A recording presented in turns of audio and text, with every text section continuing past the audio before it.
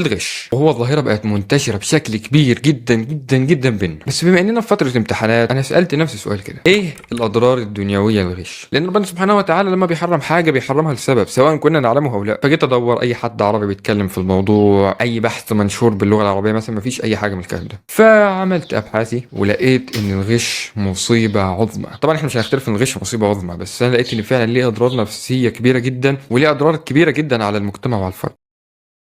مبدئيا الغش بيخليك تفقد الهدف الاساسي للتعليم، اللي هو توسيع المدارك، وانه بيديك القدره على تحصيل المعرفه او العلم، وبيحول التعليم لمثابه تحصيل درجات، واللي هو شيء غير مفيد بالمره ليك وللمجتمع اصلا. ايه الفايده اللي هتعود عليك وعلى المجتمع لما انت تقعد تحصل درجات درجات درجات وانت ما خدتش الفايده الاساسيه من التعليم، اللي هي توسيع المدارك، وانك بتاخد القدره على انك تحصل معرفه وعلم. الغش هيخليك بعد كده في حياتك ان انت ما تعرفش تنجح في اي مهنه تخشها، لان انت بتفقد العنصر الاساسي في الحياه، واللي هو عنصر الابداع. تفقد القدره على حل المشكلات.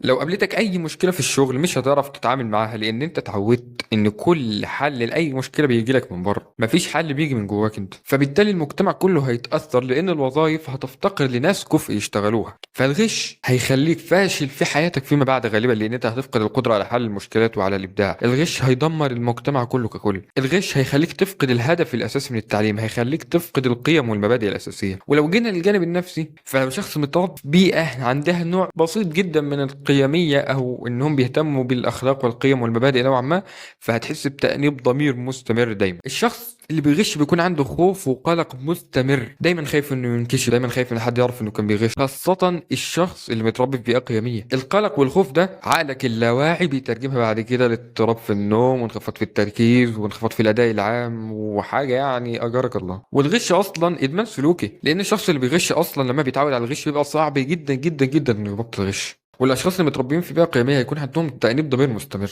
بيكون في تضارب داخلي عنده ما بين الحاجات اللي هو بيعملها وما بين الحاجات اللي بيؤمن بيها. التضارب ده غالبا بيتحول فيما بعد لاكتئاب وعزله اصلا. فالغش بيدمر النفسيه، وبيدمر مستواك في الحياه، وبيدمر مهاراتك. واضرار الغش اكتر واكتر من كده بكتير، ولو قعدنا نتكلم فيها من هنا لبكره صدقني الفيديو مش هيكفي. يعني انا واخد اضرار قليله جدا جدا جدا ومختصرها كمان علشان اعرف ان انا اتكلم في الفيديو والفيديو ما يطولش منه.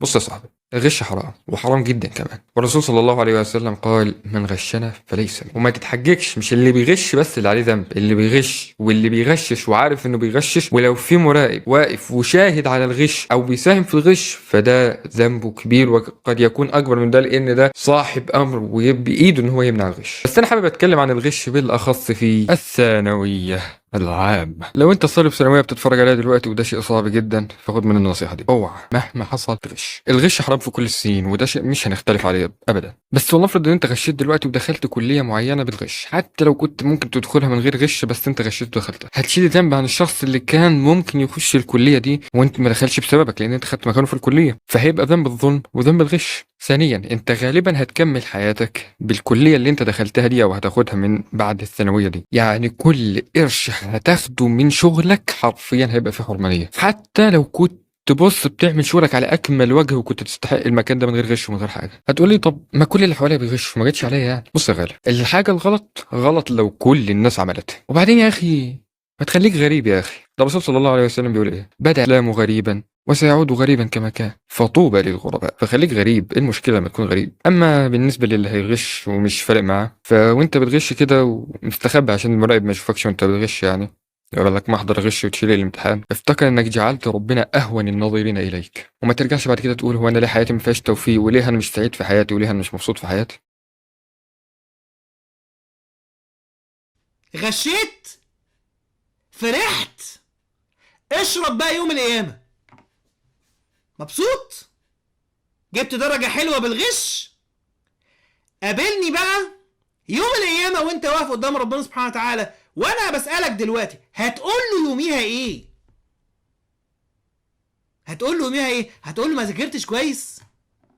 هتقول له كنت خايف اطلع بالمادة؟ هتقول والله هتقول له ايه؟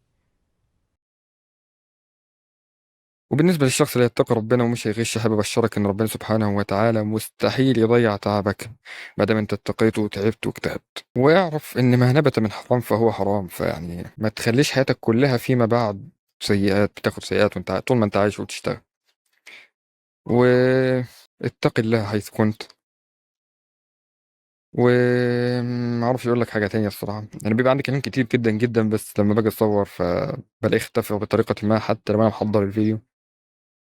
بس بس كده. في امان الله.